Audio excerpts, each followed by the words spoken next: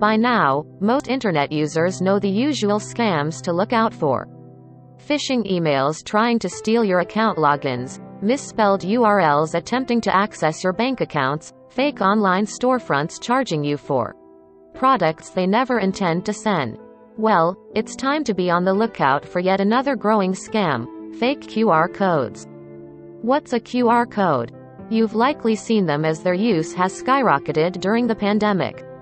Many restaurants have started using QR codes to replace physical, germ-spreading menus. QR codes are those little square barcodes that take you directly to a website or app when you scan them with your smartphone camera.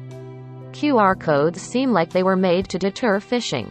There's no need to type in a link and accidentally misspell it, which could result in the user being sent to a scam website meant to mimic the actual legitimate site they meant to visit.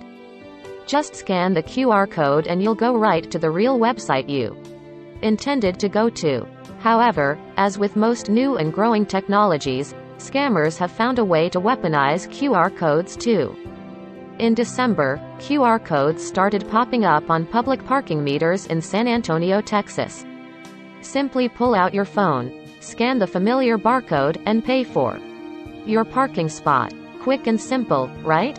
Not so. When the San Antonio Police Department was notified, they alerted the public. It was a scam. Fraudsters had actually placed their own QR codes on public parking meters across the city.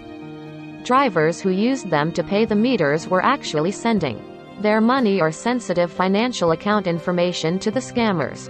As Ars Technica points out, other major cities in Texas, such as Austin and Houston, have reported similar parking meter grifts. QR codes still make up just a small fraction of the scams proliferating across the web. However, the Better Business Bureau has experienced a noticeable enough uptick on its scam tracker to put out its own scam alert on QR codes last year. The technology has become accessible enough where anyone can make their own QR codes now. So, what should you do to avoid or mitigate risk? Treat QR codes you come across you just as you would any other email you receive or link that gets text messaged to you. All the QR code is doing is directing you to a link, whether that be a login screen or a payment form, for example.